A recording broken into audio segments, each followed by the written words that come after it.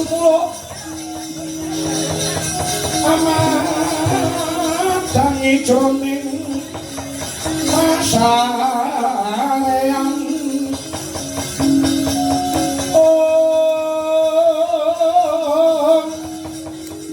nyenani watono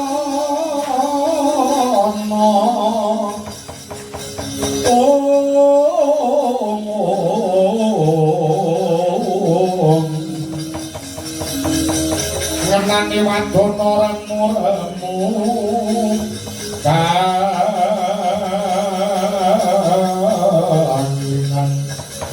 kangan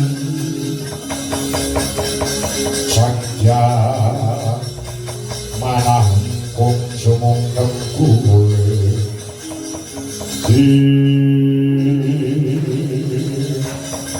terus marani lek jagat manus maring jajalan pamanku mbok karo gugur pengawanku semua bangsa lemah kekuatan negara ngalengka mergo ngalengka paribasane ana dom sumruping banyu ana telik sandi kang sebat dening Rama Wijaya grogoti kanthi gayane wong negara ngalengka ora ana liya Gunawan Wibisana Gunawan nandhan kowe paku cilik ning kowe pengkhianat negara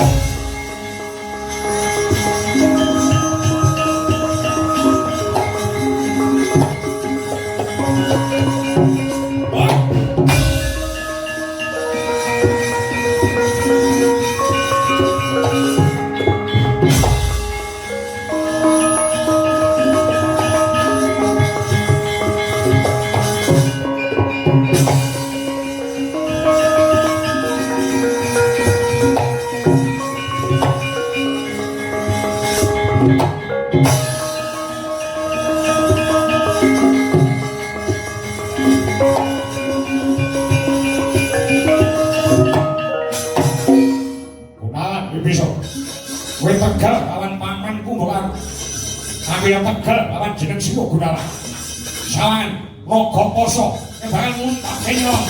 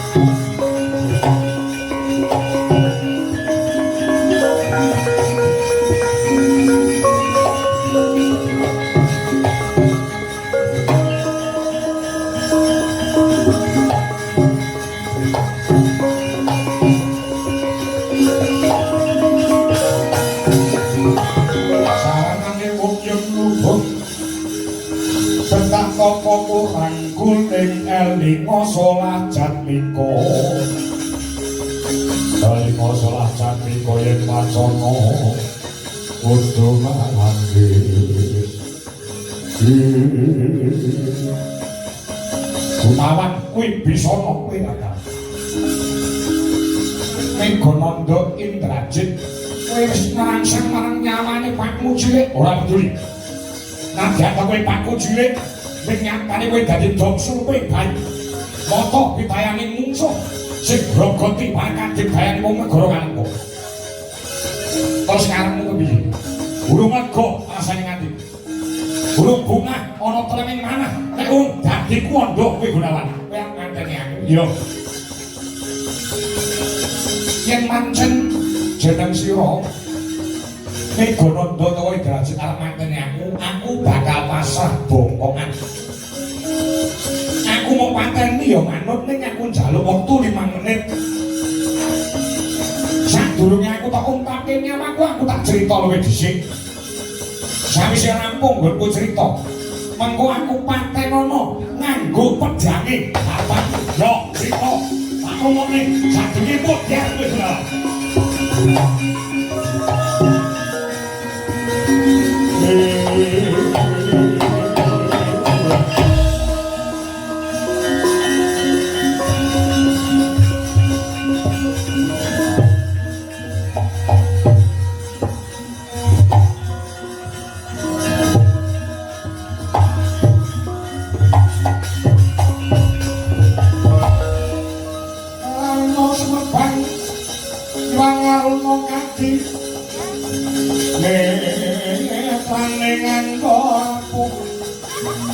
Sapaning ukila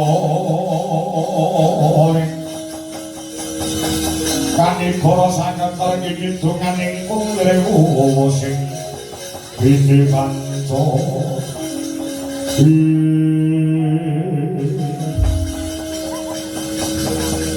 nalika nom-nomane Ratu Ngalengka Prabu Dasamuka diganjar widodari saka Kanyuwangan Suraya sing jenenge Betari Antari.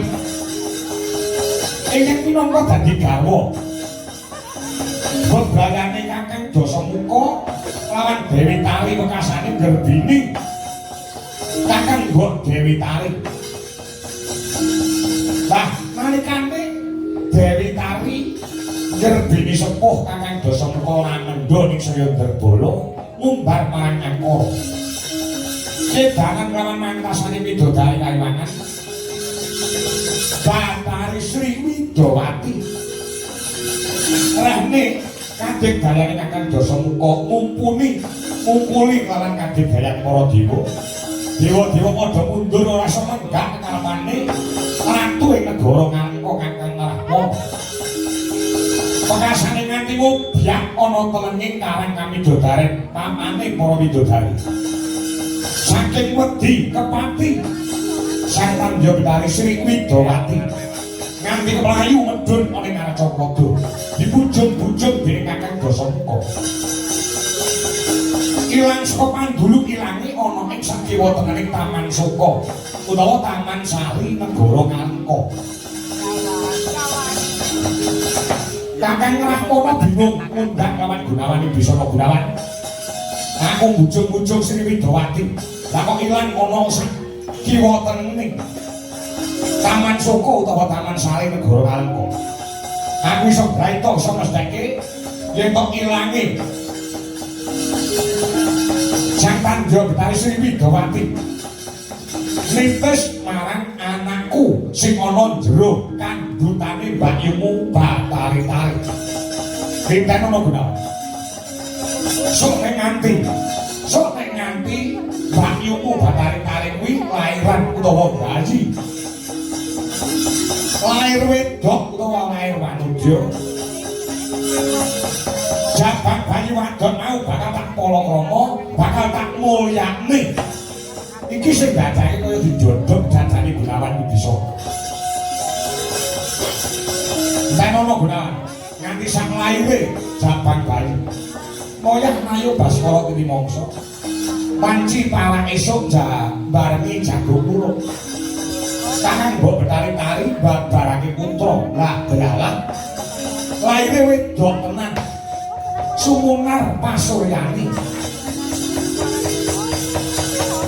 wekasane nek nganti bayi iki konangan dening Kakang Dasamuka sok dewasane bakal dirabi dening Kakang Rahwana wekasane nalika semono lek ing jaman bayi aku ngerti wedok banjur tak gawa mlayu tak gawa ana tepining samudra bayi wadon mau wekasane tak tumpakne baita utawa prau tak tengeri wujude kupat ingkang ingaranan kupat Sinta tak larung ana ing samudra supaya slamet kalawan kamurkane Kakang Dasamuka wekasane aku bali ana ing Taman Sari wancine Kakang Dasamuka tangi saka Nendra bingung lek nyauri ento jabang bayi ora ana wekasane aku muja mega tak puja onang rendung tak puja dadi jabang bayi lanang kanggo mijone jabang bayi wadon sing tak larung ana telening samudra lah sakwise Kakang Dasamuka wungu Nendra takon lawan Gunawan Dawan di anakku menika Kakang Mas anakku menika lair wedok mboten putra panjenengan lair kakung duka yayasan ibi Kakang Dasamuka bayi lanang sing tak puja saka mega mau banjur diajar dijur-jur lawan Kakang Dasamuka bayi mau ora mati saya sekti ora sirna malah saya dewasa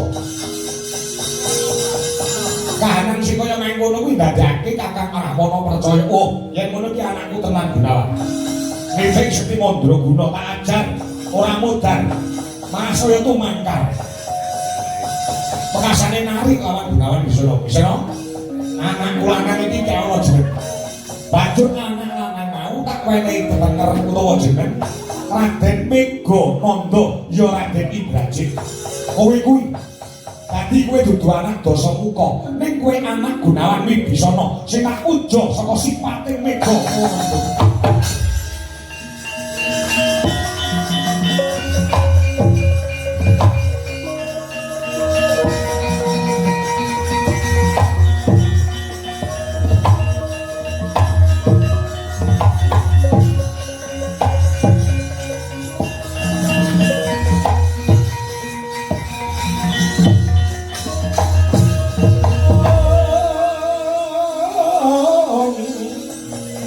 caritane satriya limuwe kang marandi pring kautaman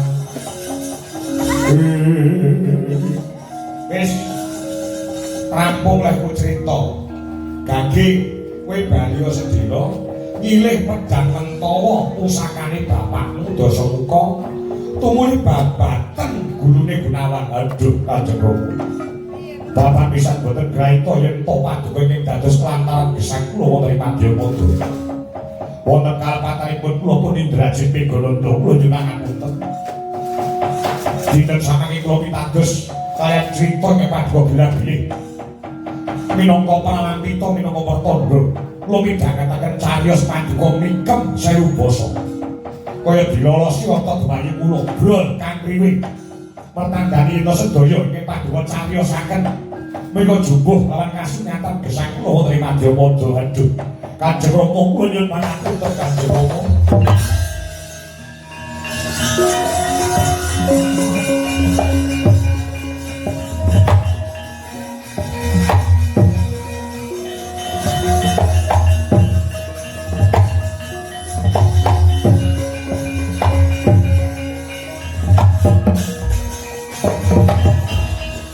nyuwun pangapunten Kanjeng Rama. Anak amung ning dita banget panalipane.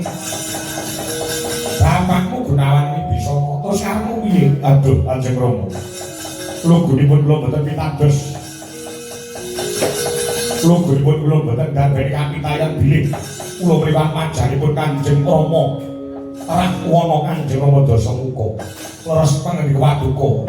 Wonten cacaking manah kula kabengau dodho kajuwa jantunipun pun Megananda lugunipun kula boten saujuk lawan ratu ing alengka ing tansah kumbar angkara warka Terus kamu piye? Kula aturi nyampurnaken dhumateng ing putra kula Indrajit Megalanda. Kula sampun boten kuwawa. Kula sampun boten kiyat nyawang angkaraning Ratu Ngalengka Dasamuka. Tak barekne saka asam.